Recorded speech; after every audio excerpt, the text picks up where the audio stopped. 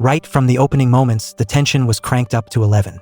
Presidential candidate Junik was suddenly gunned down, right there in broad daylight. Chaos erupted. His wife, Mun-ju, a former UN ambassador, rushed to his side, but he was losing blood fast. Before she could even process what was happening, the assassin raised his weapon again, aiming directly at them. Mun-ju instinctively threw herself in front of her husband, taking the bullet. A flash went off. Someone was taking a picture in the middle of all this madness. The shooter kept firing randomly. In his last moments, Junik ripped the necklace off his wife's neck before losing consciousness. A heartbeat later, the gun was pointed at them again. But in the nick of time, elite mercenary San-ho appeared out of nowhere and took down the assassin in a single, swift move. But Junik was already in critical condition. The assassin, cornered, took a cyanide pill and died on the spot. Despite desperate attempts to save him, Senator Junik succumbed to his injuries, dying from massive blood loss. The whole nation was in shock, and Mun-ju was utterly devastated. But before the dust could even settle, this powerful political family was plunged into a brand new crisis. Junik's younger brother immediately announced that he would step up and run in his brother's place, banking on the surge of support the party would receive after the shooting. But then, Junik's mother made a shocking counterproposal. She argued that Mun-ju, the grieving widow, was the ideal candidate because the outpouring of public sympathy for a woman who lost her husband would give her an unbeatable advantage. Just then, a lawyer arrived with a will that dropped like a bomb. Junik had left everything to his wife, 44 billion won in cash, along with 5 properties worth 280 billion won, and another 55 billion won in other assets.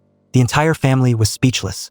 Wealth that 3 generations of the Jang family had worked to build, all of it was now in the hands of an outsider, a woman with no family connections, no established background, someone who just walked into their lives and now was the sole heir. Overwhelmed with fury, everyone turned their anger on Mun-ju.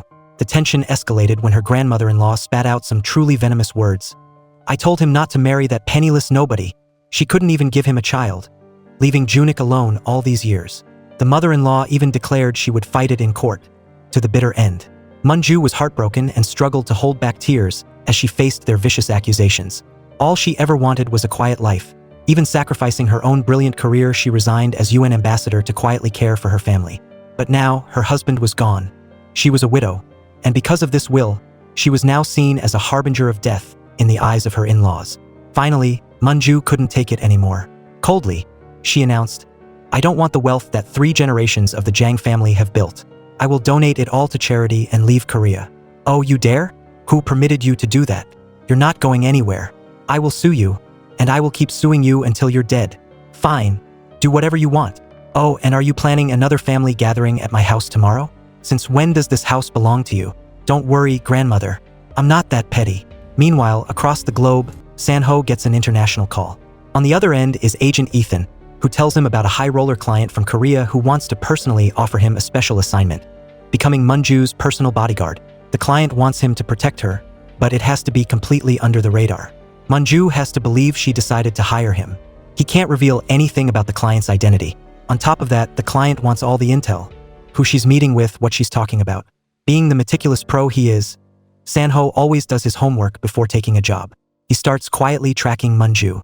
She isn't falling apart. She's still trying to maintain her daily routine, like her morning runs and going to work like usual. But it's clear she has no idea she's in danger. Doesn't realize there's a shadow silently tailing her every move. The police tell her that the assassin was a soldier from a Korean Special Forces unit. They found pictures and documents about her husband in his home. Apparently, her husband was pushing for reunification between North and South Korea, and this psycho opposed it, so he assassinated him. And the guy who took him down, San-ho, no one knows where he came from, but the investigation shows he's an American citizen. Since that day, San-ho's vanished without a trace. A few days later, Ethan calls San-ho, asking if he's taking the job. "I don't want to get involved in this. She seems way tougher than you think." San-ho surprisingly turns down the lucrative offer, but for some reason he can't explain, he still decides to meet with the widow. "You're San-ho, right? I'm sorry for your loss."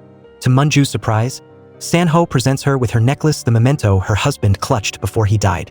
But right then, their meeting is photographed by someone stalking Mun-ju, and the photos are sent to the big boss. "Do you know you're being followed?" San-ho immediately takes Mun-ju to a deserted tunnel. But before they can escape, a bunch of thugs show up.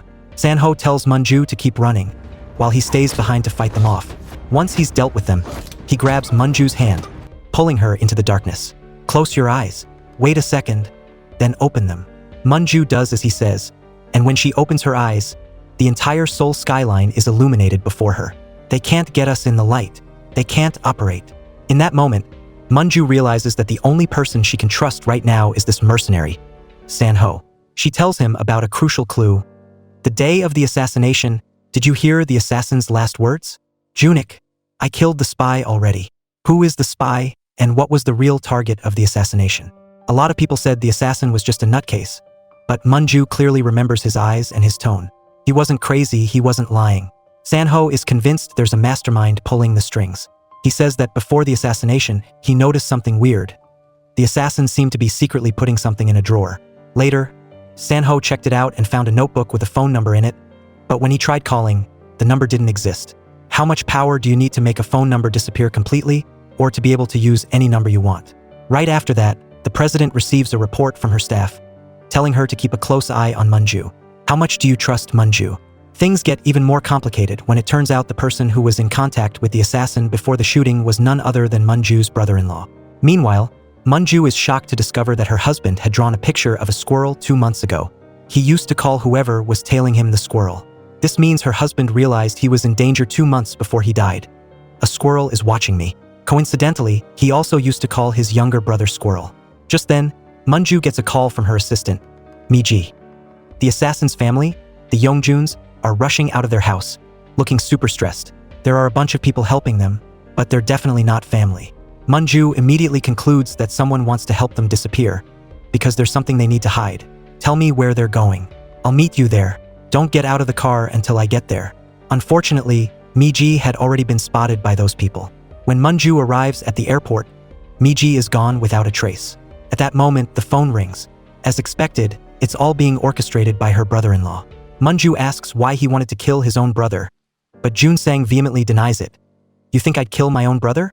Dealing with criminals is just how it is, but being misunderstood by my own family is what really hurts. You have no idea what I had to do to protect him. It turns out Mun-ju's brother-in-law is a prosecutor in a special investigation unit, and the reason Jun-sang was tracking his brother was because the investigation showed that Junik was a spy. You think I was doing this for no reason? I even created a special task force to cover this up. If the public found out that a presidential candidate was a spy, the consequences would be unimaginable. In this tense election season, just a rumor could throw Korea into chaos. If North Korea were involved in Junik's assassination, there could even be a war. And if the US were involved, the US-Korea alliance would definitely collapse. Do you know why San-ho was at the scene?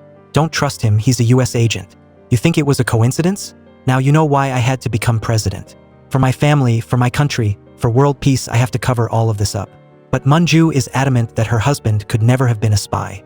She's convinced her brother-in-law is the one who's good at fabricating evidence. Before leaving, Jun-sang even threatens her. You have 24 hours to leave Korea, or Mi-ji dies. With no other choice, Mun-ju reluctantly agrees. She seeks guidance from a priest, but finds him murdered. Right behind her, San-ho suddenly appears. Before she can even process what's happening, a man in black, the one who killed the priest, attacks. A brutal fight breaks out, and it's a close call. Finally, San-ho manages to subdue him.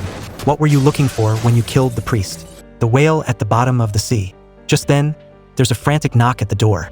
The killer takes the opportunity and jumps out the window, making his escape.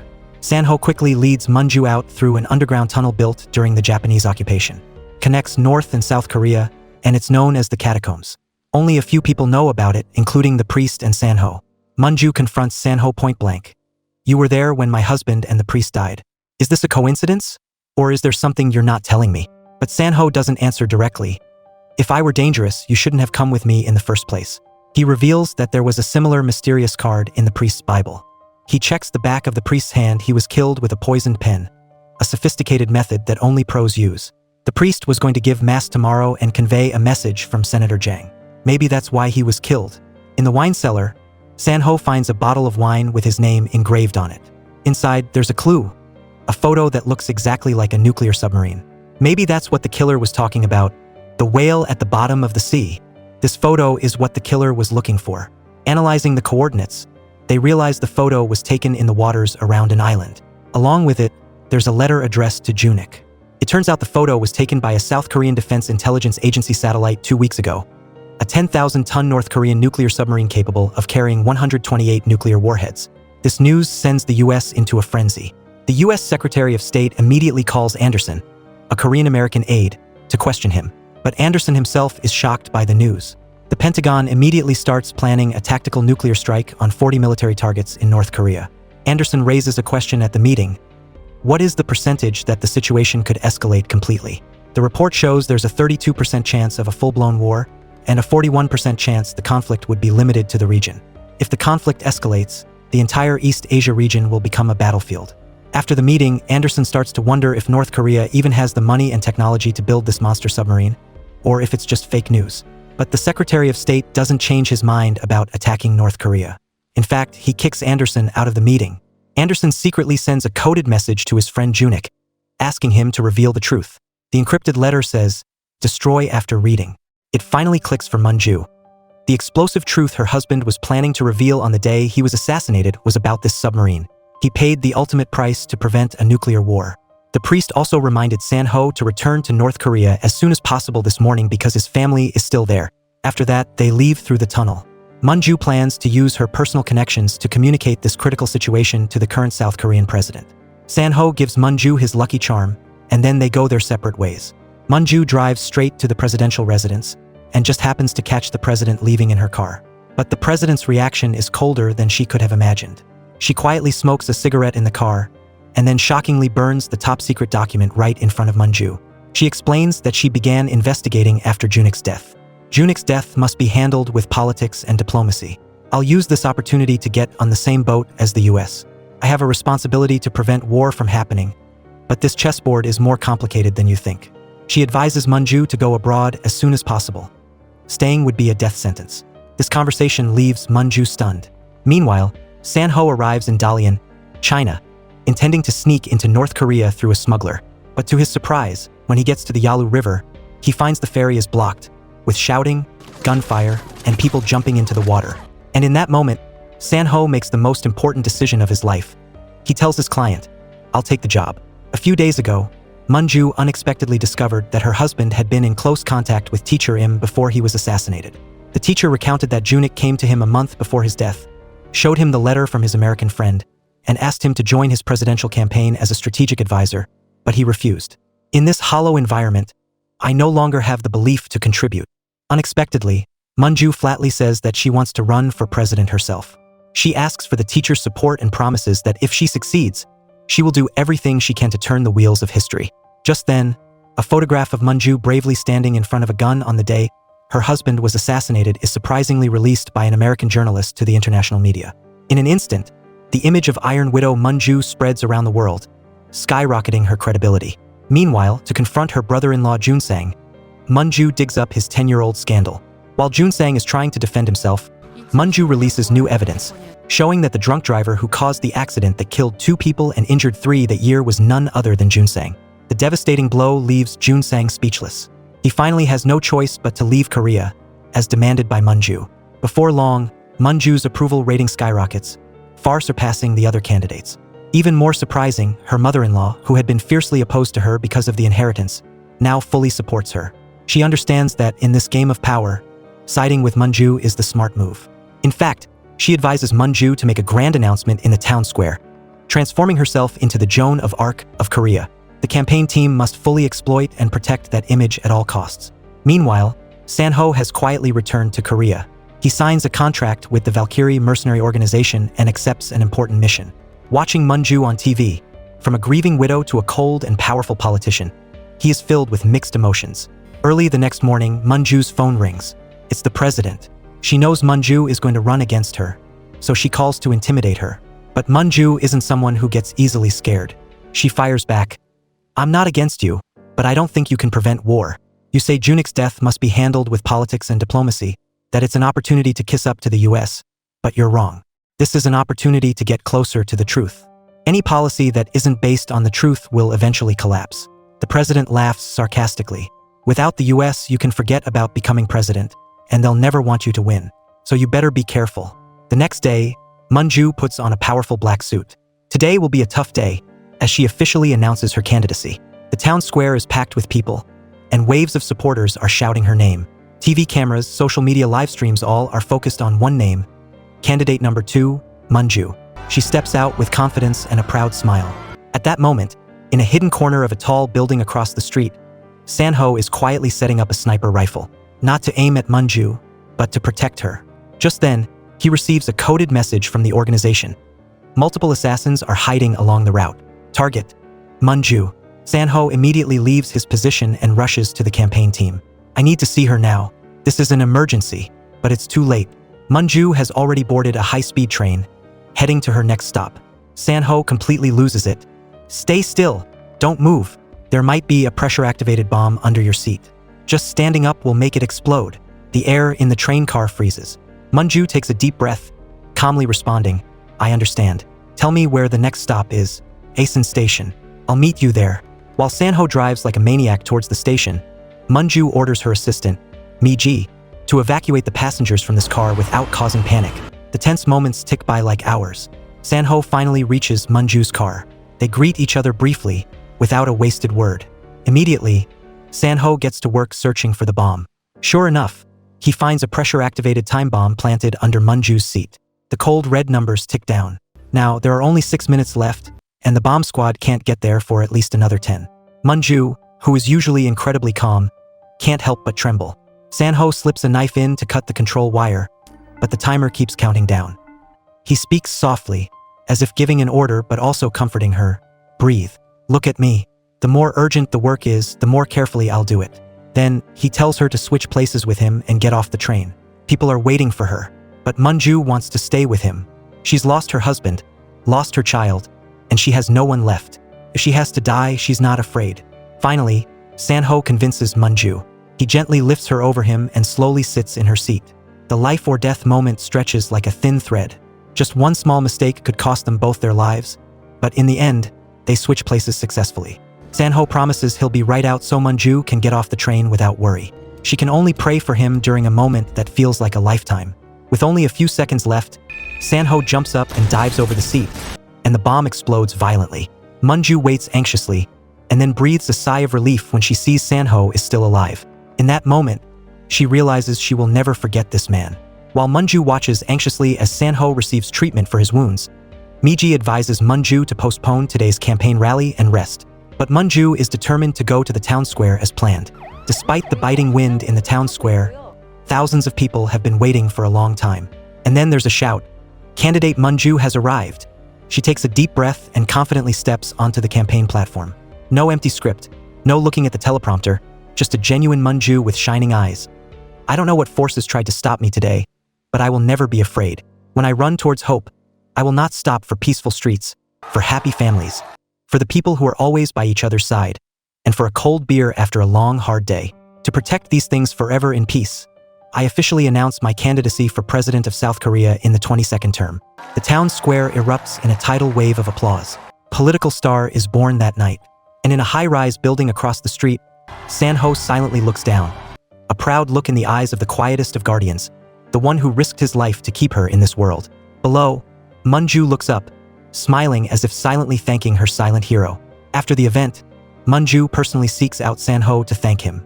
He's afraid she'll still be in danger, so he suggests that she hire him as her personal bodyguard. No one can protect you better than me. Mun-ju is still somewhat suspicious because she doesn't know San-ho's background, but seeing his sincerity, she finally agrees to accept his help.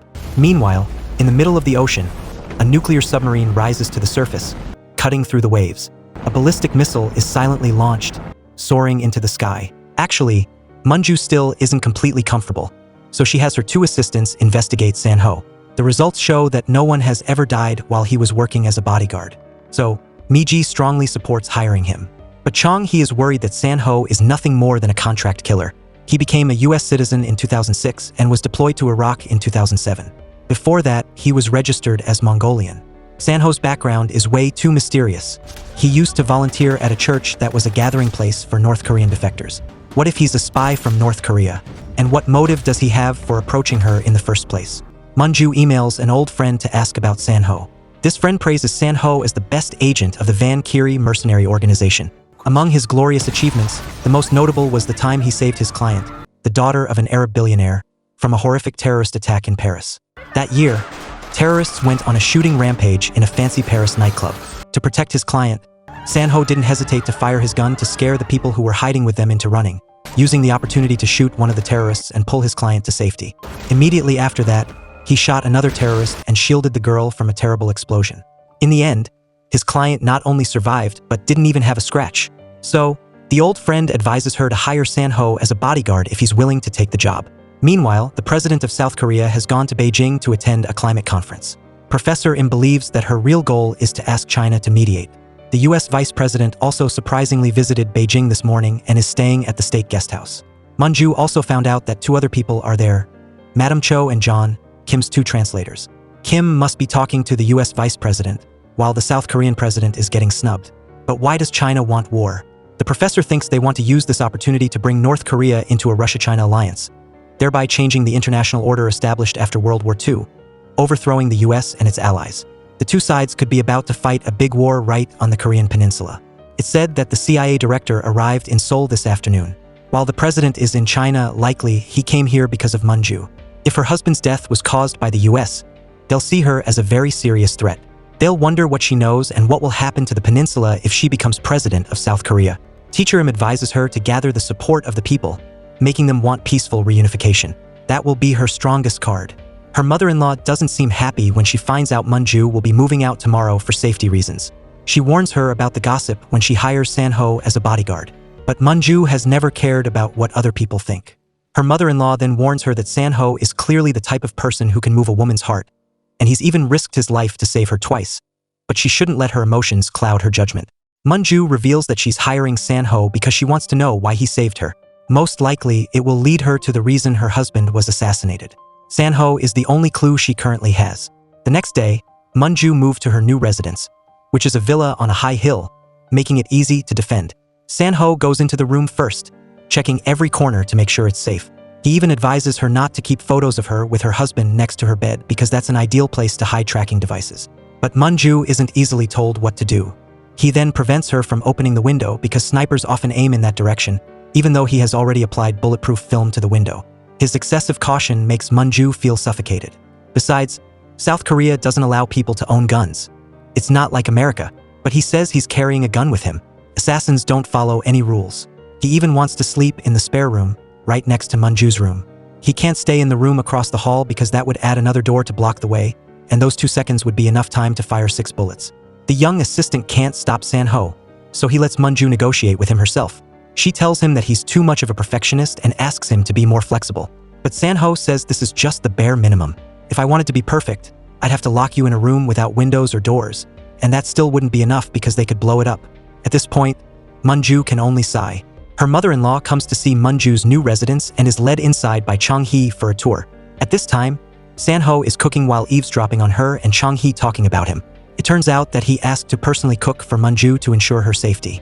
He also gets the ingredients from a familiar monastery. The mother-in-law tells Chang-hee to keep an eye on the 2 of them, afraid they'll get together. In addition, she asks him to do something secret. Because her house is being bugged by the Korean intelligence agency, she asks him to search for the listening devices and then find out who is involved and how it relates to Junik's assassination. This must even be kept secret from Mun-ju because she doesn't completely trust her either. She only trusts Chang-hee because he was Junik's trusted assistant. Mun-ju only sips a few spoonfuls of soup and then stops, making San-ho confused and suspicious of his cooking skills. At this time, he receives a message from Ethan, warning that Mun-ju may be in danger tomorrow. He asks Mi-ji and learns that Mun-ju doesn't eat much, especially time-consuming dishes like the whole braised chicken he made. To someone born into poverty like San-ho, she's wasting too much food. The next day, Mun-ju has a campaign rally. She declares that she will do everything she can to unite all the people and resolve this crisis. As president, I will bring peace to the country. I will not back down no matter what dangers lie ahead. Below, people cheer and shout her name. Meanwhile, San-ho keeps his eyes moving, noticing a suspicious long-haired guy in the stands. He immediately contacts Chang-hee to have him investigated, but he refuses to cooperate, telling him to just focus on his own job. At this point, the suspicious long-haired guy has started to move, disappearing into the crowd. San-ho changes frequencies to contact Ethan, but he can't provide any further information either. After the speech ends, San-ho escorts Mun-ju to the car, then drives away by himself. But in the middle of the road, they get stuck in traffic because a tanker truck has broken down in front of them. Mun-ju happily goes to open the window to greet a young fan, but San-ho stops her. Although she's not happy, she reluctantly agrees. At this point, San-ho notices that the long-haired guy from before is standing on the side of the road, still wearing his headphones. Suddenly, a truck comes speeding up behind them. He frantically tells the driver to turn around, but before he can do anything, the truck slams into the back, pushing their car forward. They keep getting hit hard. Just as they're about to crash into the tanker truck, San-ho grabs the steering wheel and swerves sharply. At that moment, the long-haired guy pressed a button to make the tanker truck explode. While Mun-ju is still dazed, San-ho opens the door and pulls her out to escape. The streets are completely chaotic, with smoke and fire everywhere. San-ho takes Mun-ju down to the subway station, gives her a handkerchief to cover her nose, then goes into the control room, opens the door to the tunnel where the train is running through. He tells her to turn off her phone, and the two of them go into the tunnel together. At this point, the news is reporting about the explosion at the subway station, and Chang-hee sees the car carrying Mun-ju smashed on the side of the road. He becomes even more worried when he can't reach San-ho or Mun-ju by phone. Just as Mi-ji arrives, reporting that San-ho took Mun-ju to a safe place, Chang-hee mobilizes forces to search and even authorizes them to shoot down San-ho if he poses a danger to Mun-ju. At this point, San-ho is leading Mun-ju along the tracks. Every time a train speeds by, he shields her with his body. In that moment, they don't say a word, but Mun-ju can clearly feel the warmth radiating from him. When she asks why he knew there would be danger, San-ho says that he noticed the long-haired guy at the rally. When he saw the kukri knife tattoo on his neck, there was no doubt anymore.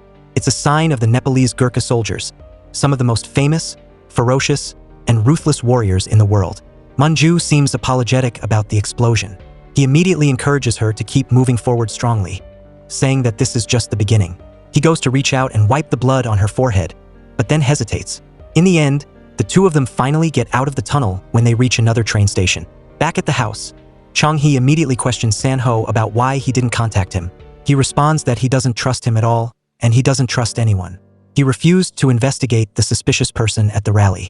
Mi-ji also testified that San-ho foresaw the danger that was about to happen. San-ho declares that he will drive for Mun-ju from now on. After returning to his room, he immediately calls Ethan to question him. Who is the client and what am I dealing with? Why are you listening in and following me? But Ethan says that they can only follow orders and are not allowed to ask questions. And when he signed the contract, he agreed to provide information about Mun-ju.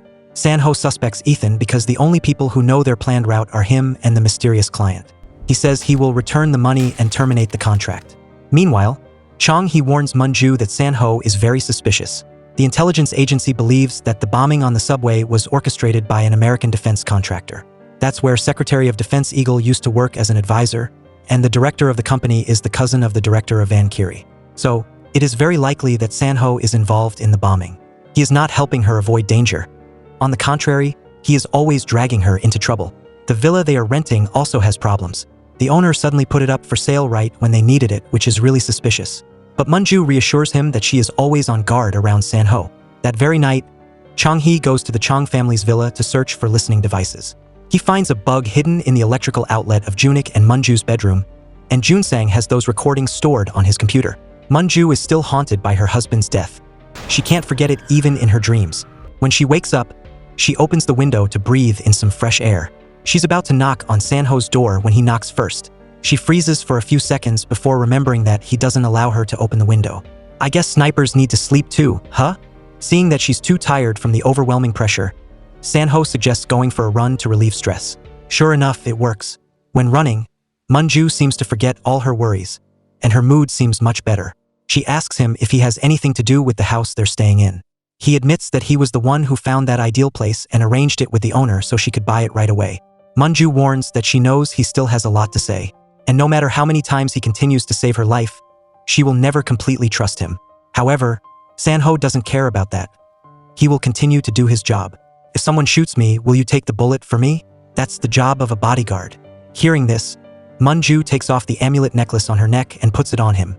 Because now you are my guardian angel. Chang-hee reports to Ms. Ok-seon about the listening devices he found, revealing that Junsang was the one listening in. Fortunately, there is no evidence to show that Junik was a North Korean spy. Even so, Ok-seon still suspects that her daughter-in-law, Mun-ju, killed her son because Junik suddenly made a will leaving all his assets to his wife. She asks Chang-hee to monitor Mun-ju in exchange for a luxury watch and promises of many more opportunities. Meanwhile, San-ho is praying for the departed soul of father and for Mun-ju. Lord, please have mercy on Mun-ju and forgive her sins. Amen. She doesn't realize her sin. The unforgivable sin is wasting good food. Unexpectedly, Mun-ju has heard all of these prayers. It turns out that the necklace she gave him has a bug attached to it. At this time, Chong-hee calls, announcing that he has found Junik's secret phone. It turns out that he used Chong-hee's name to register another phone. Chong-hee remembers that he used a strange phone when he was searching his car.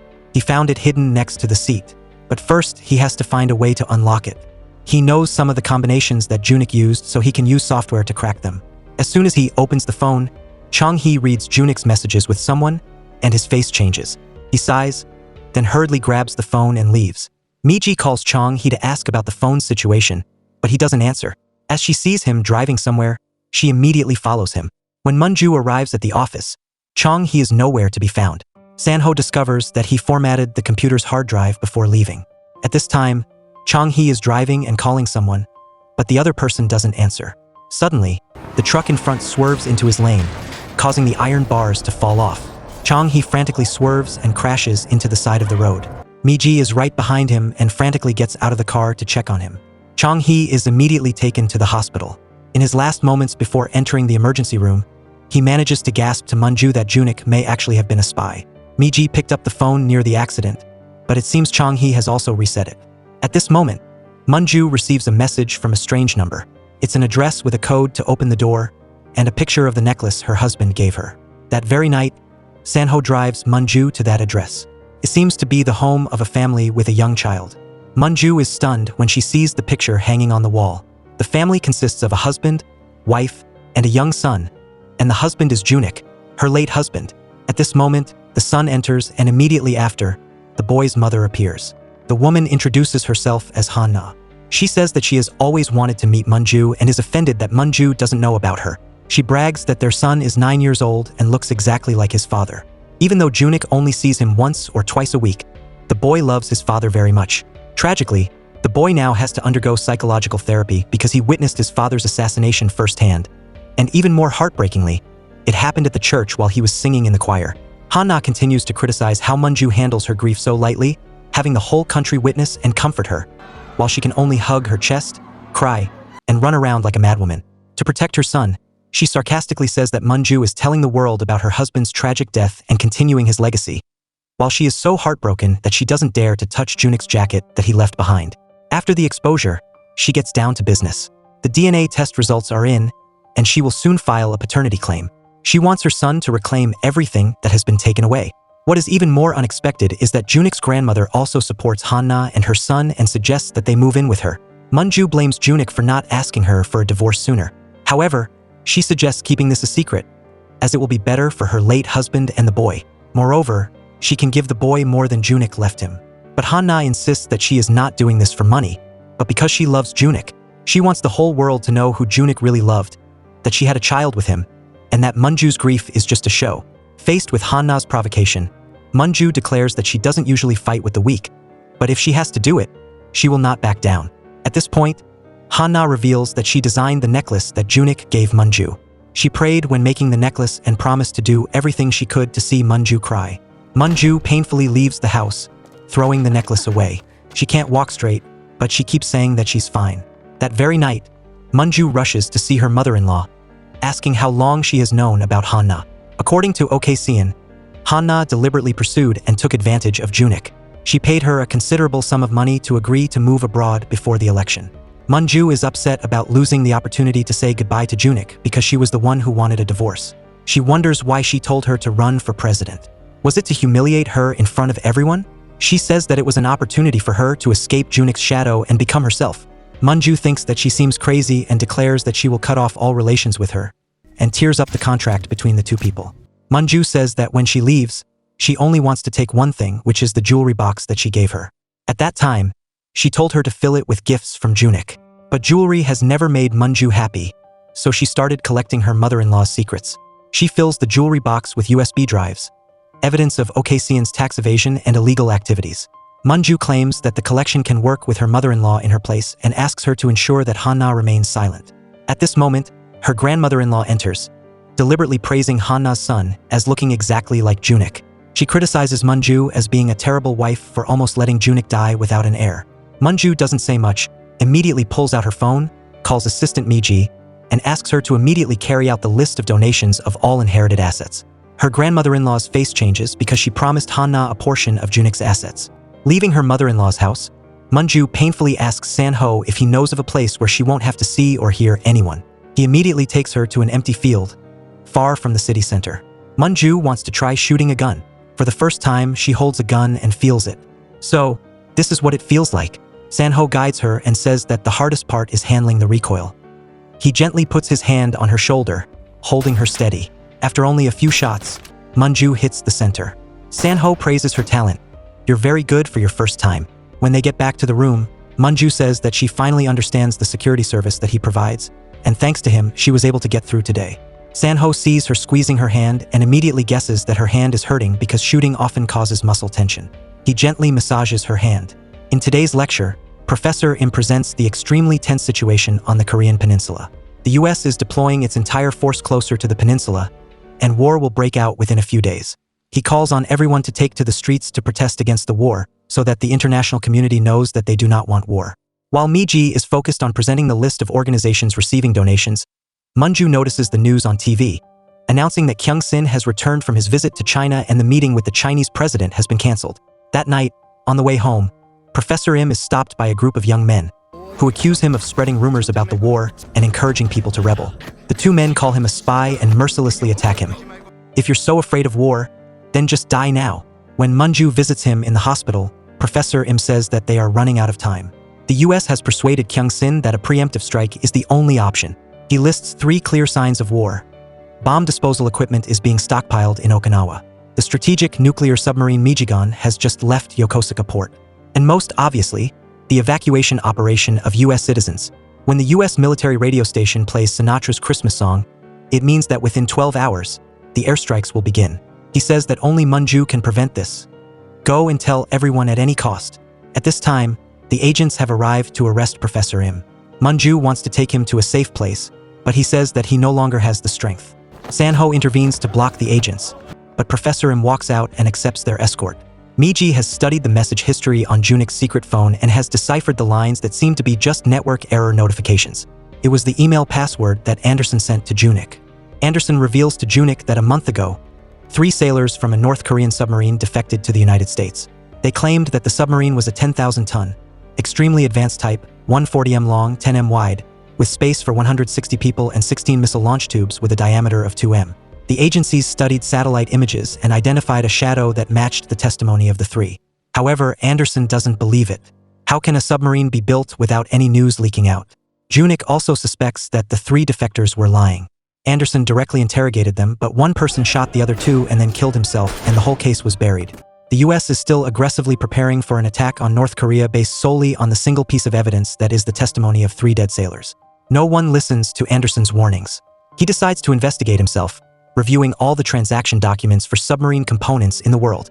As expected, he found no evidence that North Korea built a 10,000-ton nuclear submarine.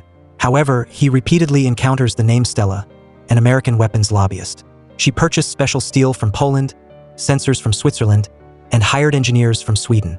Rumor has it that 5 years ago, she was already spreading the word that North Korea could build a 10,000-ton submarine. Anderson and Junik both suspect that Stella is a US agent. The investigation shows that she came to South Korea 15 years ago and has not returned, so she may still be in South Korea. Junik believes that he knows who Stella is and promises to tell Anderson after he has resolved everything. But only 2 days later, he was assassinated. At the same time, the news is released that the USS Michigan submarine has docked in Busan. Everything is happening exactly as Professor Im predicted. Kyung-sin goes to church to confess. Unexpectedly, the person sitting on the other side is not a priest, but Mun-ju. She asks the president why she accepted the war on the Korean peninsula. Until now, she thought that she also wanted to prevent war like her, even if their methods were different. After all, what happened in Beijing that made her change? The president says that Mun-ju will never understand the pain of having to choose between the lives and deaths of millions of people. Even so, Mun-ju insists that she will never choose war under any circumstances. After that, Mun-ju seeks out the Chinese ambassador, asking him why China is turning a blind eye to the war in Korea. He says that there are things about the situation and the times that no one can stop. It's foolish to think that mortals can bend the will of heaven. She doesn't understand that because she has never seen such great things. She will not be able to do anything other than pray for the war to end quickly, because otherwise it could escalate into World War III. Mun-ju insists that although she is young and naive, she will still do everything she can. The ambassador expresses his regret for her. Very beautiful, very smart, but you will die.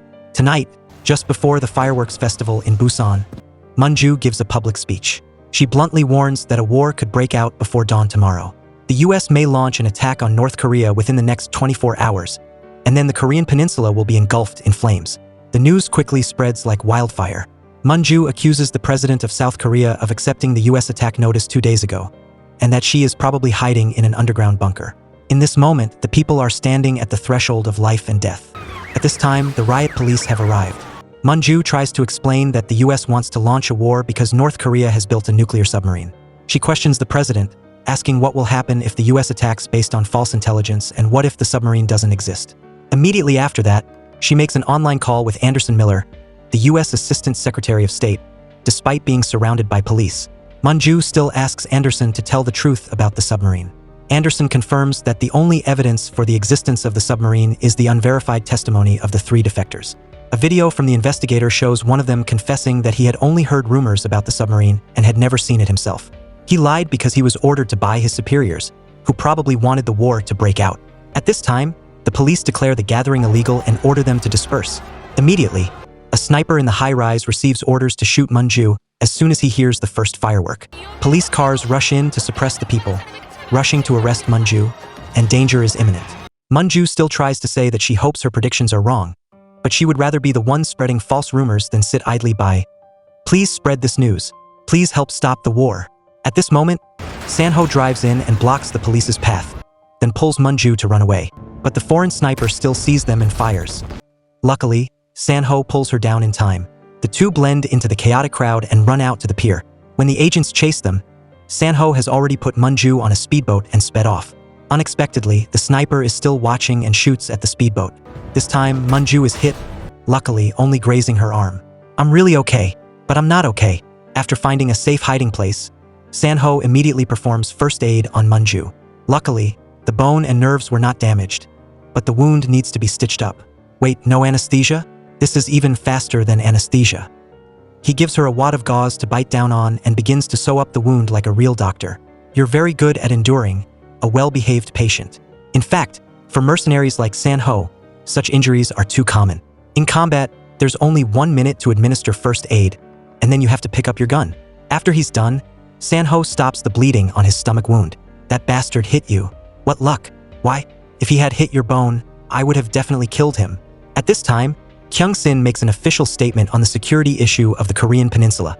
She admits that the US has suspicions about North Korea's nuclear submarine, but she has a firm belief that the United States will not make any decisions until they have verified the existence of the weapon. Back at the church, Mun-ju trusts that the president will choose a path to prevent war if possible, so she presents her plan. She can prove that the submarine doesn't exist and will get the president out of the shelter. Kyung-sin agrees, but cannot guarantee Mun-ju's safety and warns that the Americans hate her very much. Before the media, Kyung-sin insists that no matter what happens, she will stay by the side of her people and do her best for peace. Immediately after that, Anderson gives an interview to the American media. He explains that the reason he is doing all of this is because the US attack on North Korea was based on misinformation, and if it leads to a war that takes tens of thousands of lives, and in the end, no submarine is found, then what? But the US still insists on eliminating the threat from North Korea. Meanwhile, Mun-ju realizes that she hasn't prepared for the next step, and she thinks everything ends here. San-ho immediately takes her to a cabin hidden deep in the woods. When he is busily preparing food, he suddenly hears Mun-ju scream. Turns out that she can't manage in the bathroom with one arm. San-ho has to help her wash her hair, because her arm wound will take at least 3 or 4 weeks to heal. San-ho says that even if he only has one arm and one leg, he can still shoot, and even if he is shot in the heart, he still has a few seconds before he dies. Mun-ju tells herself that she will use those few seconds to shoot the person who shot her. Seeing that Mun-ju is not holding the gun properly, San-ho corrects her posture, and sure enough, she hits the target. This gun seems to like me. I want Mun-ju to become a dangerous person. That night for dinner, the two of them enjoyed a meal cooked by San-ho. He says that in his hometown, people put ferns in chicken soup. Mun-ju eats it deliciously, and admits that it has been a long time since she was pregnant that she was able to eat so much. She once had a son named Peach because during her morning sickness period, she only craved peaches. In Han-na's warm home, Mun-ju feels relieved to know that Junik also has a son who loves soccer. The woman once wanted to take everything from her, but Mun-ju only wants to trade everything to live in that peaceful house. Then Sinatra's "Have Yourself a Merry Little Christmas" plays from the radio. It is the signal that precedes the war. San-ho calmly says that Koreans believe that war can break out at any time, so there is nothing to be shocked about. If a war really breaks out, what will you do? I just want to be with the person I love. You still have family in the north, right? Are you not going back to them because of me? I just want to be here now. I should have taken that bullet for you. At that moment, Mun-ju's frozen heart melts. The two people share a sweet kiss, as if enjoying their last moment of happiness before the storm hits.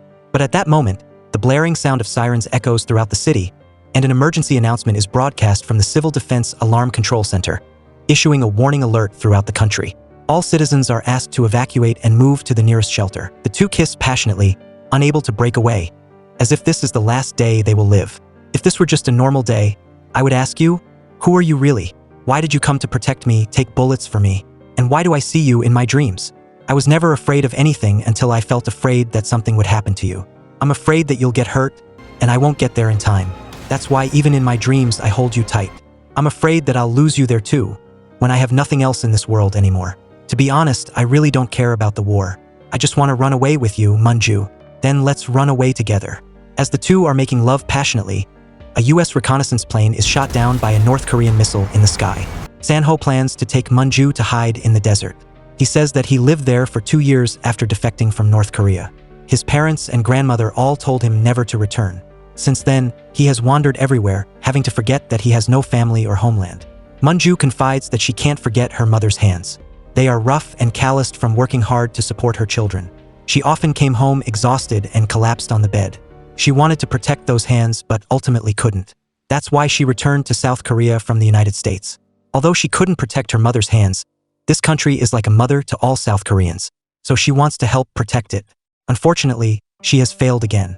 Meanwhile, the US president is furious as he watches the news from North Korean TV, officially announcing the nuclear submarine will soon be put into operation. However, it is completely different from the previous US predictions. This submarine only weighs 3,000 tons, and the design is very outdated, and it cannot even withstand the pressure of a missile launch. All eyes turn to the Secretary of Defense, who had previously confirmed the existence of the state-of-the-art 10,000-ton nuclear submarine. However, the Secretary still insists that war is inevitable. At this point, that submarine no longer matters. They must eliminate the autocratic alliance of Russia, China, and Korea, no matter what. Meanwhile, North Korea announces that it shot down a US reconnaissance plane last night. They are ready for a full-scale war. The US president calls the president of South Korea, persuading her that they must still attack North Korea, and that she must deal with Mun-ju, who is standing in their way. Immediately after that, Kyung-sin holds a press conference announcing that a US reconnaissance plane was shot down by North Korean surface-to-air missiles from North Korean ground forces. Therefore, last night the South Korean military issued a level 2 defense alert and asked people to evacuate. But now the warning has been lifted and people can return to their daily lives. So, the crisis has been temporarily averted. But the risk of war is still there, and it can break out at any time. The people of South Korea do not believe Kyung-sin's statement. Instead, they believe that it was only thanks to Mun-ju that war did not break out. Now, she has become the real hero of the South Korean people. With North Korea's revelation of the submarine, it is clear that Mun-ju and Anderson's warnings were completely correct and that they prevented the war. Mun-ju's credibility is higher than ever, while Kyung-sin has lost the trust of the people. However, Intelligence Director Eun-hak reveals that he has prepared a plan to undermine Mun-ju's credibility. War always starts with public opinion. Meanwhile, Mi-ji calls Mun-ju, reporting that Chong-hee has woken up and is in stable condition. Chong-hee recounts that after unlocking Junik's secret phone that day, he saw an unread message on Telegram. It was a clip of the anniversary of the founding of the Democratic People's Republic of Korea. In it, Junik is awarded a Nobel Medal of North Korea for his efforts to oppose South Korea and unify the country. Of course, Junik wasn't there, but when the day of unification comes, he will be awarded the medal on his military uniform by the state. So it turns out that Junik was actually a North Korean spy. Chong-hee still can't believe it, so he tries to find out who sent him the message. The other person agrees to meet at a bookstore, but on the way there, he is ambushed. Mun-ju suddenly remembers that Hanna's house is also there. San-ho thinks that Hanna and Stella could be the same person because he talked to her son and learned that the boy and his mother traveled through Poland, Switzerland, and Sweden, all the countries where the arms dealer had appeared. And if Hanna is Stella, then she may have killed Junik. When Chong-hee reads the phone number of that Telegram account, San-ho and Mun-ju realize that it is the number written on the cards that they found from the guy who shot Junik and from the priest's Bible. There is also a picture of the same card in Junik's phone. Mun-ju remembers that on the day that Junik died, He wanted to tell her something. She still wants to believe that Junik had a good reason for being a spy. Maybe he wanted to find out who really wanted to cause the war. But San-ho sighs, advising her not to get caught up in that mess. Now her only option is to leave. Right now, Miji calls, urging Mun-ju to get out immediately because the place has been bugged. A YouTube channel called Freedom Research Institute has uploaded a clip about the relationship between presidential candidate Mun-ju and her handsome bodyguard. They first met at the place where her husband was shot dead, then started living together and fell in love with each other. The problem is that San-ho is originally from North Korea, so it is possible that Mun-ju is being exploited by North Korea. Just saying that wasn't bad enough. This channel also released a recording of the two people's private conversation last night. In it, the two are breathing heavily, asking each other to run away together. Seon is also listening to the entire conversation and the non-stop heavy breathing of the two people. She smiles mysteriously, ordering people to look into the legal avenues to fight against the Freedom Research Institute. San-ho frantically searches everywhere to find the recording device, but there are no results at all. Mun-ju comforts him that she doesn't regret what happened last night. I was very happy. If this country doesn't need me anymore, then I'll accept leaving. San-ho hugs her tightly to comfort her, promising to take her to hide on a ship tonight. But immediately after that, Ethan sends a message reporting that there will be a big storm on the sea route to Mongolia tonight, which is the route that San-ho is planning to escape. He immediately grabs his weapon and leaves, but refuses to tell Mun-ju where he is going, only giving her a gun to protect herself and telling her to wait for him to return. Even though it's not easy to shoot other people, she still has to shoot to protect herself when necessary. Seon is closely monitoring the situation online. Mun-ju's scandal is spreading rapidly, causing her credibility to plummet. At this time, Mun-ju is listening to the recording over and over again to find a clue. There is a very loud clinking sound. Mun-ju realizes that it was when she took off the necklace from San-ho's neck and put it in the cup next to the bed. That was the pendant that she asked someone to attach a recording device to and then gave to San-ho. The recording is automatically backed up to the cloud in real time. So, who got the recording and how? Meanwhile, San-ho has found Ethan and asks him about the bugging. Ethan insists that there are no other ones besides the one he smashed last time, and suddenly counterattacks and chokes him. But in the end, he still gets beaten up by San-ho. How did you know I wanted to go to Mongolia? Who else can hear those recordings and spread them? Before he can answer, a bunch of gunmen rush in. San-ho, you're under arrest for espionage. Because San-ho is still wearing the necklace, Mun-ju has heard everything that has happened so far. Intelligence Director Eun-hak claims that the person who hired him was North Korean President Kim. The person who paid him through Vankiri was a company based in Macau, a North Korean state bank used to buy foreign weapons. All transactions were personally approved by Kim. So he was Kim's minion, hired to eliminate Seo Mun-ju, and making her fall in love with him was also part of the plan. So that's how she fell into the abyss. San-ho suddenly wakes up and snatches the gun. But the old man pulls out a handkerchief and a picture of his grandmother, using her life to threaten him and force him to surrender. The plan is that tomorrow night, he will run away with Mun-ju on a ship that the old man has prepared. But it will be arrested before crossing the northern border. He will jump into the sea and be reported to have escaped. Mun-ju will be arrested for espionage and defecting to North Korea. Then he will be reunited with his grandmother. San-ho has to pretend to compromise, but he still gets beaten to a pulp. In the meantime, the necklace falls to the ground and gets stomped on repeatedly. San-ho is shocked to see the recording device attached to the pendant. Meanwhile, Mun-ju is also extremely disappointed to learn that San-ho approached her because he was hired to do so. Even the feelings between the two may have been just part of that plan. She immediately grabs her gun and leaves. At this time, San-ho is being escorted into the elevator. Despite being handcuffed and tied up, he still breaks free and defeats the bad guys spectacularly. San-ho hooks the key and takes off his handcuffs, then gets in the car and speeds back to the safe house. At this time, Mun-ju is struggling to find a way to escape in the middle of the night. She runs and trips, falling down the hill. At this time, San-ho arrives and yells out to Mun-ju. She hears him calling, but now she is suspicious of everyone and doesn't know whether to trust him or not, ultimately deciding to run away. Reaching a steep cliff, she risks climbing down and slips. Fortunately, she is not injured. She walks for a while longer before collapsing from exhaustion and frustration. Tears stream down her face, and she blames herself for being so stupid as to put her trust in the wrong person, naively believing that San-ho really came to save her. Now she doesn't know what to do, and there is nowhere left to go. Just when she is desperate, Junik's secret phone rings. It is a message from the mysterious Telegram account. Mun-ju, the submarine is real, along with a video as evidence. The mysterious person doesn't give their name, only telling her to meet them at the port. 10 p.m. on November 2nd. Ethan is planning to run away, but San-ho has already gotten into his car and is waiting. When San-ho interrogates him, Ethan swears that he really doesn't know that the client is Kim, but only works for an American woman named Stella. San-ho forces him to find out all the information about this woman if he wants to retire in peace. Meanwhile, Mi-ji takes Mun-ju to take refuge at the home of a friend who works at the embassy. When checking the video, the probability that it is real is 98%. Anderson also confirms that it completely matches the testimony of the defecting sailors. That means that a 10,000-ton nuclear submarine really exists. Anderson also reveals that the chief engineer just woke up after the surgery and confirmed that over the past 5 years, the shipyard has been building 2 submarines in parallel. The one that North Korea publicized is just a refurbished version of an old Russian ship. The real nuclear submarine is hidden somewhere. Even more frightening, Anderson discovers that the video was not sent by his FBI friend, but by another mysterious source. He suspects that he is being exploited because he is the only Korean American in the National Security Council.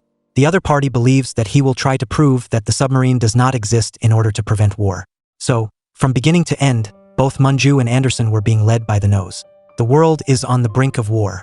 A convoy of trucks carrying essential supplies from China has entered North Korea. 2 Corps and the Beihai Fleet are approaching the border. The U.S. Secretary of Defense insists that war seems inevitable.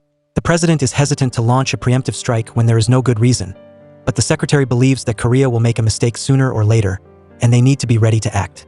Mi-ji is starting to suspect that there is a force behind all this that is exploiting Anderson and Mun-ju to hide the submarine.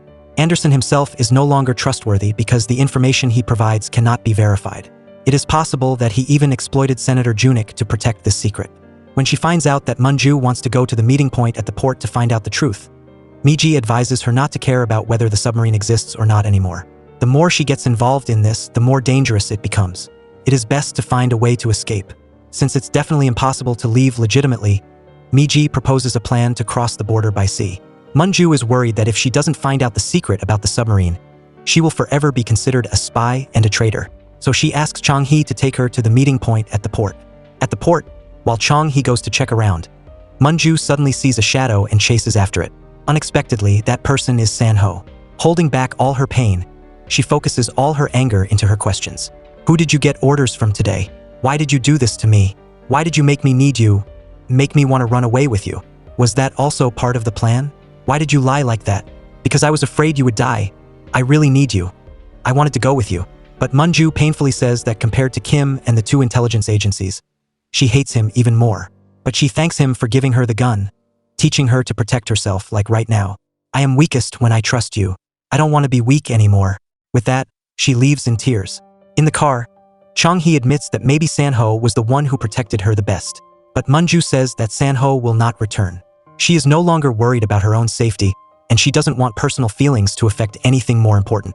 Saying that, the pent-up pressure makes it difficult for her to breathe, so she asks to get out of the car for a while. At that moment, she finds an old phone in her pocket, with only 1 number saved inside. San-ho must have slipped it in just now. Meanwhile, San-ho is secretly investigating Stella. None other than Stella is Han-na, and also the daughter of the North Korean ambassador to Russia, who defected to the US nearly 20 years ago. She is also linked to the shooting of Senator Junik and the poisoning of the Polish Deputy Minister of Foreign Affairs. At the same time, Han-na is getting ready very carefully to go somewhere, wearing a cross necklace, and also carrying a fountain pen and a blue poison pill. Mun-ju has a meeting with a lawyer from Argentina, who was supposed to meet her on the night of the nationwide emergency alert. So many things happened that day that the meeting did not take place. But Mr. Kim is still waiting to meet her. He recounts that 5 years ago, he set up 4 shell companies in Panama for Junik to buy real estate in Argentina, a huge amount of land. He bought and managed the land for Junik.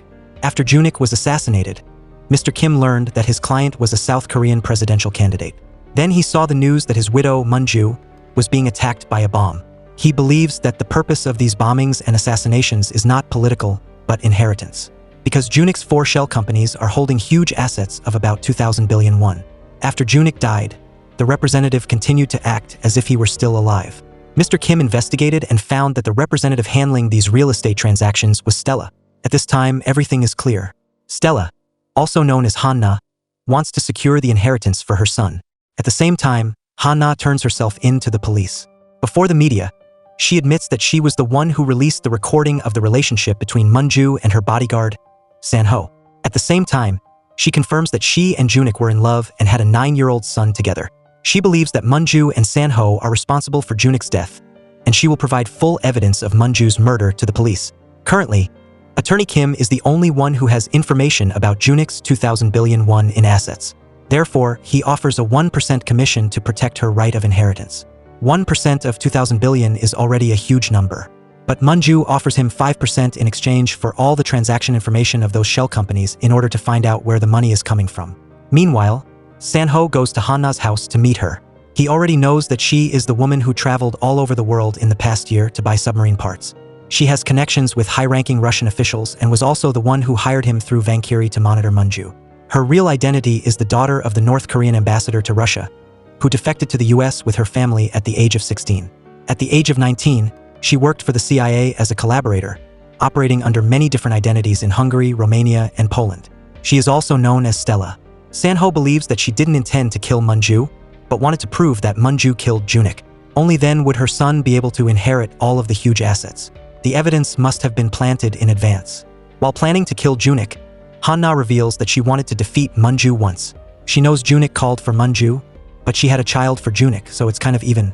If she can convince everyone that she was the woman Junik really loved, then she will have truly defeated Mun-ju. San-ho suspects that she is not really Stella, because on the same day that Stella signed a contract to buy underwater drones in Russia, she also signed a contract to buy steel in Poland. And on the day Stella met with a Vankiri Mercenary company representative in New York, Han-na was in South Korea. So there are at least 2 Stellas. Hearing this, Han-na takes out a poison pill and puts it in her mouth, but when San-ho runs to stop her, she suddenly sprays pepper spray and pulls out a poisoned fountain pen to attack him. San-ho fights back while sucking out the poison, but still easily subdues her. He asks if there is someone behind everything that she is so afraid of. Who is the real Stella? Only I can help you and your son survive. Meanwhile, Chang-hee admits to Mun-ju that he used to suspect her when he learned that she would inherit all of Junik's assets. At the request of her mother-in-law, he installed a listening app on Mun-ju's phone. In fact, he only wanted to find out who was behind Junik's murder. Meanwhile, San-ho breaks into the hospital and questions intelligence director Eun-hak as to why he framed Mun-ju as a spy. Eun-hak reveals that for them, those who go against the national interest are considered spies, because waging this war is the greatest benefit for the nation, and Mun-ju is hindering it. San-ho gradually realizes that the people who want to harm Mun-ju are not the US, nor are they North Korea. In reality, this is not a national interest, but a war between those who want war and those who want to prevent it. Some want to incite war for profit. The submarine was never the reason. War must happen for another reason. He promises to catch the spy if Eun-hak reveals the real reason. Mi-ji has drawn up a detailed escape plan for Mun-ju. First, they will take a small boat from an abandoned port on a day with bad weather, then transfer to a foreign ship when they reach international waters. They have to go to Argentina to get the 2,000 billion won. But Mun-ju says she needs more time to think. At this time, Mi-ji reports that Professor Im has been released. Mun-ju seeks out Professor Im, telling him that she will cross the sea tonight. Before going far away without knowing when they will meet again, she also asks him to sign a book as a memento. But immediately after that, she suddenly pulls out a gun, forcing him to follow her. She has strung all the clues together. He was the first person her husband showed Anderson's letter to. He knew her husband had revealed the secret about the submarine. He is the one who has access to classified information from the intelligence agency, and the only person she has ever confided in. The cover paper of his book is the same as the paper of those mysterious cards. She presses the phone number on the card, and the operator says that the number is not in service. But the phone in his pocket rings. Did you kill my husband and Yang? Are you a North Korean spy? Oldham reveals that he is the secret secretary of the intelligence agency, a highly skilled spy hunter, and her husband would be the best product of all the spies that he has ever created in 50 years. The person who provided the evidence was her brother-in-law, Jun-sang, and she was the ultimate weapon to turn Junik into a spy. It turns out that her father was arrested and died in prison for a spy case in '83. That's why her mother had to take her and flee to the United States, telling her never to return to Korea. When she is arrested for crossing the border, everyone will discover that Junik, the Republican Party candidate, was a North Korean spy, and that Mun-ju is the daughter of a spy who returned to take revenge, trying to become president to overthrow the Korean government. At that time, the entire nation will surely support war with North Korea. That is his ultimate goal. And she and Junik were not the first people to be falsely accused of spying. Mun-ju's father was also framed by him. Suddenly, he cuts his restraints and lunges at Mun-ju. At this moment, a gunshot is heard. It's San-ho. He forces the old man to call his superior, reporting that Mun-ju will not be at the port tonight, but will appear at more port. Turns out that San-ho had already guessed that this was a trap. Someone deliberately led Mun-ju there to harm her. Once again, he saves her in the nick of time. Never go where the enemy wants you to go in the way that they set up. Meet them on your own terms. Mun-ju ties Oldhim to the chair, waiting for the people who want to harm her to appear. Unexpectedly, the person who appears is her mother-in-law, Seon, accompanied by Han-na. Turns out that she is a well-trained shooter. Even though the two people are holding guns, Mun-ju is no match. At this time, Chang-hee is observing the scene through the camera. It turns out that Mun-ju had already prepared a plan, telling everyone not to move until the confession is exposed. Mun-ju asks her if she killed her husband. She reiterates that Junik loved his mother very much and always protected her. It was because of her that she and her husband argued. How can a mother be so cruel to a son like that? Seon insists that even though Junik was her husband's illegitimate son, she still raised him properly. She blames Mun-ju for changing Junik, saying that he died because of her. Immediately after that, she orders Han-na to fire. But unexpectedly, Han-na's gun is not pointed at Mun-ju, but directly at Seon. She says that she has been waiting for this day for too long to avenge Junik. The person who ordered Junik to be killed was her. It turns out that before he died, Junik also suspected that Han-na was Stella. At that time, Han-na revealed that the real Stella was his mother. Just as Han-na is about to pull the trigger, the large door suddenly bursts open. Intelligence Director Unhak and a team of special agents rush in. Unhak orders to shoot down any spies holding weapons. The air is as tense as a taut string, and suddenly all the lights go out. A smoke bomb is thrown down and white smoke spreads everywhere. Gunshots are heard in the darkness. The person who took action was none other than San-ho. The agents are constantly being shot down. Amidst the chaotic gunshots, San-ho quietly approaches Mun-ju, puts his arms around her, and runs towards the window. He breaks the glass, hugs her tightly, and the two of them plunge straight into the night sea. Under the icy cold water, Mun-ju gradually sinks into a hallucination. A submarine appears as a symbol of buried secrets. She believes that it will be the answer to all the pain about her mother's fate, about her husband's unjust death, about her lost child, and about the man she yearns for. As Mun-ju loses strength and sinks, San-ho manages to appear in time, pulling her out of the dark water. Blood from the wound on his shoulder mixes into the sea, but his arms are still firm, as if promising never to let go. In the moment of escaping death, they hug each other tightly and share a trembling kiss, filled with all the love and despair, as if the whole world outside has disappeared. Unhak orders the Coast Guard to arrest the small ship that just departed from Moorport. However, there are no Mun-ju or San-ho on the ship, only Miji. Unhak angrily orders to mobilize all forces to inspect and block all routes, determined to arrest the two people at all costs. The news spreads quickly. Seo Mun-ju, the leading presidential candidate, is facing charges of espionage and conspiracy to murder her late husband. Her bodyguard, San-ho, is said to have fired about 20 shots in an attempt to escape and is still armed. Amid the chaos, Mun-ju is still shocked. "I feel like I'm dreaming. Suddenly, I'm called a murderer, and you are a North Korean spy." The pressure increases even more when the police arrest Professor Im, the man known as Mun-ju's close teacher. He has confessed to espionage and confirmed Mun-ju's involvement. Of course, this is just his way of framing her for treason. Task forces have been deployed to block all escape routes. At this time, San-ho and Mun-ju are stopped at a checkpoint. Seeing that the inspection is too strict, San-ho immediately turns around. Meanwhile, Miji is arrested by the police not for the crime of boarding a ship to cross the border, but for being suspected of conspiring to harm Senator Junik. They have discovered the 50 million won she transferred to the sister of Sergeant Kim, who murdered Junik. Clearly, another dirty trick to blame Mun-ju. It turns out that the person behind this conspiracy is Seon. She intended to turn her into the leading presidential candidate and then have her arrested for espionage and murder before the entire nation. From then on, the people will lose faith in those who advocate for peace. But before that, she secretly met the king of Idisa, a country in the Middle East. They exchanged a lot of information, possibly related to the nuclear submarine.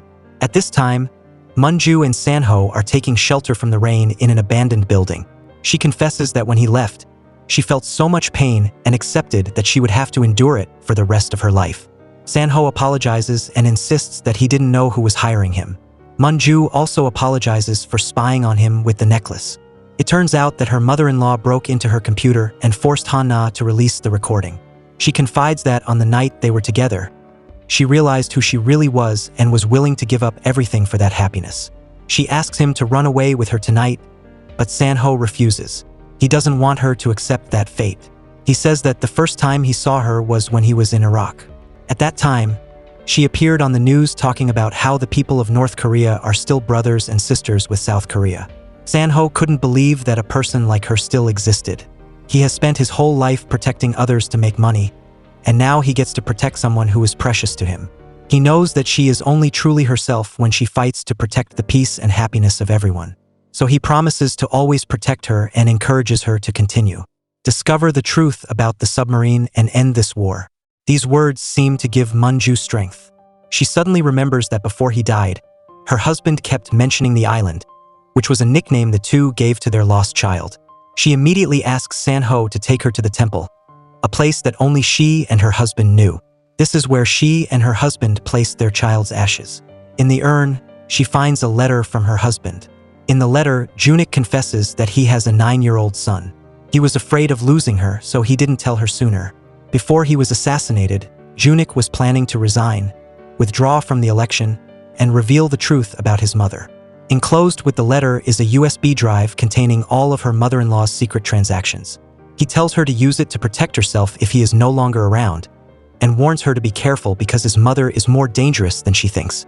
She maintains close relationships with the wives of over 30 former leaders throughout the national intelligence agencies, and can even decide who gets to live and who dies. And now, Professor Im is dead because he no longer has any value. While being held for investigation, he was poisoned with the same toxin that Sergeant Kim drank after shooting Junik. At this time, Ok Seon is going crazy because her grandson, Eun Song, has disappeared. 3 security cameras in the house were frozen for 3 minutes and 30 seconds. Because Eun Song is the key to winning the huge inheritance, Ok Seon orders them to find the boy to the ends of the earth. It turns out that San-ho had previously taken Han-na and her son to the secret tunnel.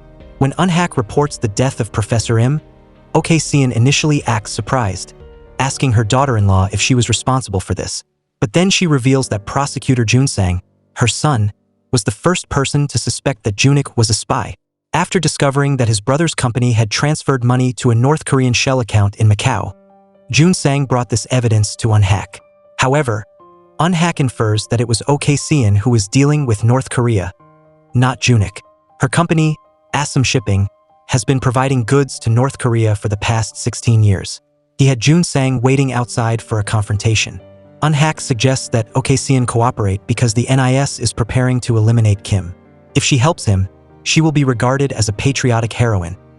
Otherwise, she will be a spy and a traitor. Ok Seon reiterates what Unhak once wrote about needing a fuse to spark support for war. And now, sacrificing Mun-ju is too appropriate. Who do you think should be burned alive, Mun-ju or me? In the end, she agrees to cooperate and promises to help Unhak eliminate Kim, on the condition that he arrests Mun-ju first. This also eliminates the need for Junsang to confront her. He asks his mother if she killed Junik. She doesn't deny it, mentioning that she only considers Junsang her son. Thanks to the documents left by Junik, Mun-ju, Hose, and Anderson discovered a complex financial network was discovered. Through Assam Shipping's slush fund ledger, Mun-ju determines that money from Ida, an enemy of the United States, has been transferred to Apex Starlight through Assam. The director of Apex Starlight is the head of the finance department of KRIN, where U.S. Secretary of Defense Eagle used to serve as an advisor. This proves that someone in the United States is exporting weapons to an enemy country of the United States. Stella is an arms dealer, supplying goods from the US and North Korea to enemies of the US and other countries. Thus, the secretary is a traitor profiting from every war. While Ok Seon is behind strengthening North Korea's weapons production capabilities, Anderson believes that accusing the Secretary of Defense of inciting conflict to sell weapons is an opportunity to end the war. Mun-ju wants to meet Kyung-sin to ask her to pass this information on to the US president. Because there isn't enough evidence to prosecute, Mi-ji is released. But immediately after that, she is involved in a serious car accident. At that moment, Ok Seon calls Mun-ju, informing her that Mi-ji is in critical condition and needs emergency surgery.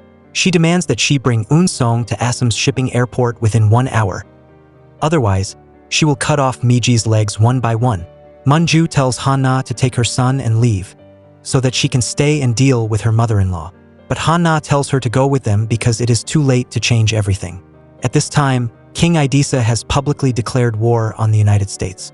The nuclear submarine has left the shipyard and is heading to the Pacific Ocean, and will be in the hands of Idisa within the next 24 hours. He issues an ultimatum to the US, demanding that they help him before tomorrow, otherwise they will face the final solution. Even so, Mun-ju is still determined to stay and find a way to stop the war. She asks San-ho to take Han-na and her son to those who will help them cross the border safely. Immediately after that, Anderson confirms that the final solution that King Idisa is talking about is a nuclear bomb. Mun-ju asks him to freeze Idisa's payment account through Assam shipping at all costs, because North Korea will definitely not hand over the submarine without being paid first. After taking Han-na and her son to the smugglers, San-ho receives a call from Mun-ju. She reports that she will go to meet Ok-seon and asks him to take the information about the submarine and the Assam account to Kyung-sin in her place. This is the only way at this time. One person must stop Ok-seon, and the other must report to the president.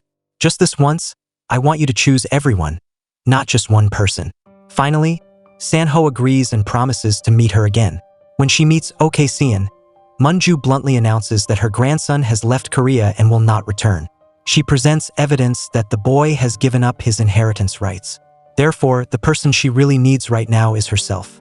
She makes an agreement that she will confess to killing her husband so that she and Jun-sang can get the money in Junik's secret account. She accepts and immediately orders emergency surgery for Mi-ji. Seo Mun-ju has used herself as the final pawn to protect Mi-ji, getting on the helicopter with Ok-seon and her son alone. The helicopter takes them to a port, and then Mun-ju is escorted to a huge ship, inside which are many fully armed mercenaries. As soon as they go downstairs, Ok-seon immediately tells her people to beat Mun-ju to show her what desperate horror is. With that, she leaves, leaving Mun-ju to be beaten thoroughly by the henchmen. Ok-seon reveals that Junik had to die because he was standing in her way, and soon it will be Mun-ju's turn. So Jun-sang must look at that and know what to do. Later, he will inherit all of her assets. Later, Jun-sang personally leads Mun-ju to meet Ok-seon. On the way, Mun-ju tries to persuade her brother-in-law to stop his mother because she is the one who ordered Junik to be killed. And in the near future, countless people will be in danger because of her. Unexpectedly, Jun-sang slaps her. "If you don't know anything, then don't say anything," Mun-ju says when she becomes Stella. Ok-seon recounts that it was in 1983. Her family had to go into exile in the United States because of her husband's bribery case. At that time, she discovered that she had a talent for communication and conspiracy. She was a corrupt politician's wife. The CIA needed contract workers like her, report on the movements of Korean politicians and collect their weaknesses. Thanks to the support of the United States, her family's company has grown tremendously. Then, when helping an American weapons company sell weapons to the Korean government, Ok-seon found her own path. She sells weapons not only for money, but also cares about who the weapons she sells are aimed at and how much damage they cause. From then on, she harbored the dream of building a submarine, a strategic nuclear submarine that could launch ballistic missiles without anyone knowing. At the same time, Eun-hak has just left the Blue House when a car crashes into him. San-ho raises his gun, threatening him, then gets into the car. Surrounded by Special Forces police, he drags Eun-hak out. On him is 1 kilogram of C4 explosives that he is ready to detonate at any time. The police have no choice but to back away and create distance. Let's see what 1 kilogram of C4 will explode like. With that, he presses a button to blow up Eun-hak's mansion. He demands that Kyung-sin come out to meet him in 1 minute.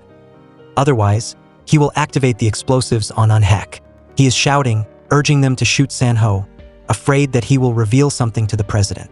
The officials also advise the president not to meet the terrorists' demands, but in the end, she decides to meet him. San-ho immediately releases Eun-hak to talk to the president. May 13, 2007. That is a day that the president can never forget. Do you like Proust, the French writer? No, I hate long speeches. No one understands this very vague dialogue except for the 2 people involved. A minute quickly passes. The president coldly leaves, and San-ho is arrested by the police. Eun-hak is furious, so he won't give San-ho a chance to meet the president again to say anything more. He also reveals that his grandmother passed away 2 days ago while waiting for him. San-ho is in extreme pain, but can only swallow his tears. Meanwhile, Ok-seon reveals to Mun-ju that her father became famous for handling secret affairs for countries with many problems, while also having good relationships with dictators. Thanks to that, he was able to trade weapons smoothly. One day, she realized she had the power that the US had given her, and had the privilege of contacting North Korea, the most mysterious land on Earth, where high-quality weapons could be produced at any time. Therefore, she secretly built a factory on that land and sold weapons to embargoed countries. And her dream is to create nuclear weapons. It will help her stand on equal footing with the most powerful countries. So she persuaded the king to order a nuclear submarine. At this time, Kyung-sin arranges a secret meeting with San-ho. It turns out that on May 13, 2007, South Korea was having difficulty in negotiations for peace on the Korean peninsula. When Kyung-sin met privately with the US representative, Mun-ju appeared. She mentioned the writer Prost to distract the other person, while silently slipping a piece of paper into the president's hand. Afterward, Kyung-sin excused herself to go to the bathroom to see Mun-ju's message. Thanks to Mun-ju's updates and analysis, South Korea succeeded at the negotiating table the next day and reached a peace agreement. Today, the president also hopes that the news that San-ho brought in Mun-ju's place can change the situation as she did that year. San-ho says that he came here to deliver a message to the US president so that nuclear bombs don't fall on any land, and that she is the one who has to do it. Unhack demands that the president hand over San-ho. Unexpectedly, at this moment, the inspection team rushes in to arrest him for 6 framed espionage cases. Kyung-sin insists that she cannot accept his plan to falsely accuse Mun-ju of being a spy. Meanwhile, OK-seon reveals that the submarine is about to be handed over to Idisa tonight. At that time, 16 nuclear missiles will be aimed directly at the United States.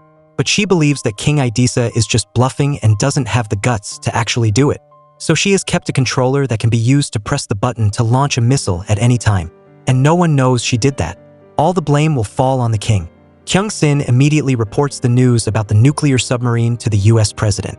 But after the mistake last time, he cannot immediately believe this news. Meanwhile, Anderson is trying to find a way to freeze Idisa's account to prevent them from buying the North Korean submarine. But time is too short. Before he can complete the task, he is arrested by the Special Forces team. The president personally interrogates Anderson about what he knows about the submarine. Anderson explains that the last time there was no evidence, so he thought that the submarine didn't exist. But now there is evidence showing that over the past 5 years, IDA has been transferring money to North Korea to build a nuclear submarine. The thing to do now is to freeze Idisa's account so that the transaction cannot be completed. Immediately after that, the US president does as Anderson says. The ASAM employees receive the news that the account has been frozen and immediately report to Junsang.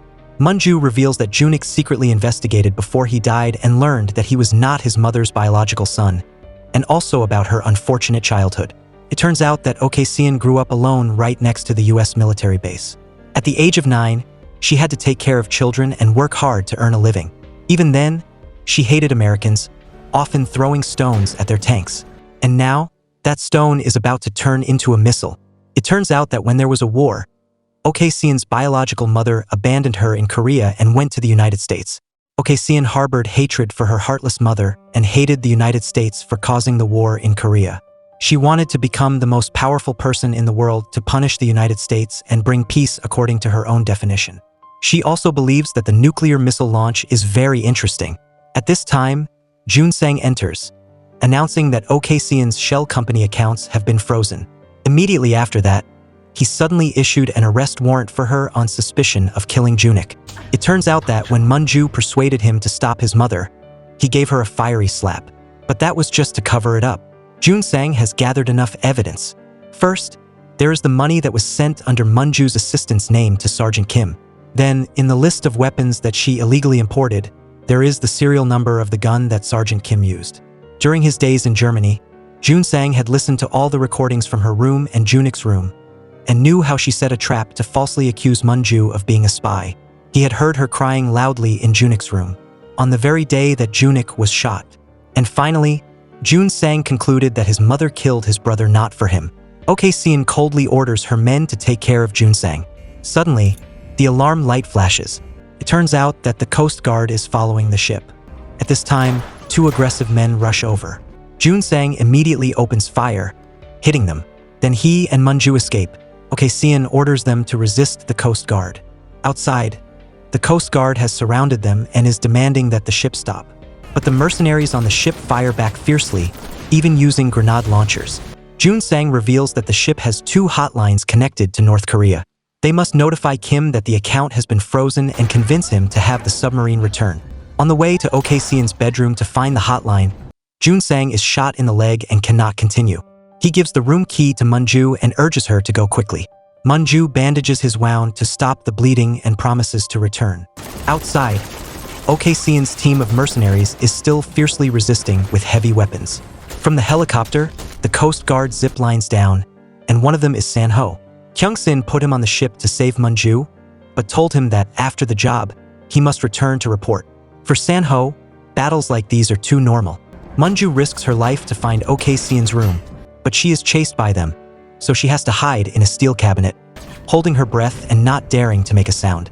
Suddenly, the cabinet door is opened. Turns out that San-ho has found her. The two tearfully hug each other. "I thought I was gonna die without seeing you again. I said I would come." They share a hurried but passionate kiss.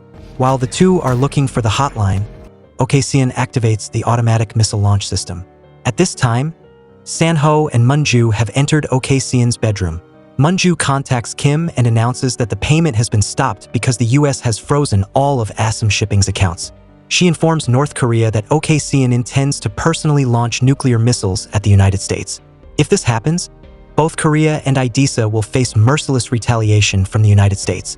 Kim confirms that they contact the submarine every 2 hours and can transmit commands in real time when the submarine gets close to range. The order is transmitted through the control briefcase.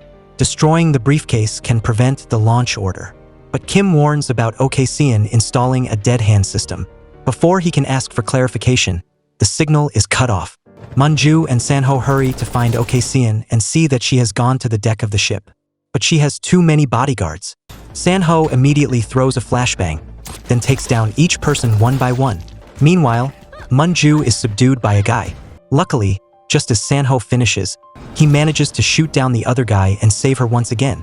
At this time, Ok-seon has opened the control briefcase and is preparing to press the button to launch the missiles, but San-ho manages to shoot to stop it, then immediately grabs the briefcase. Ok-seon threatens that if she dies, the launch system in the control room will automatically activate and the missile will be fired at the United States.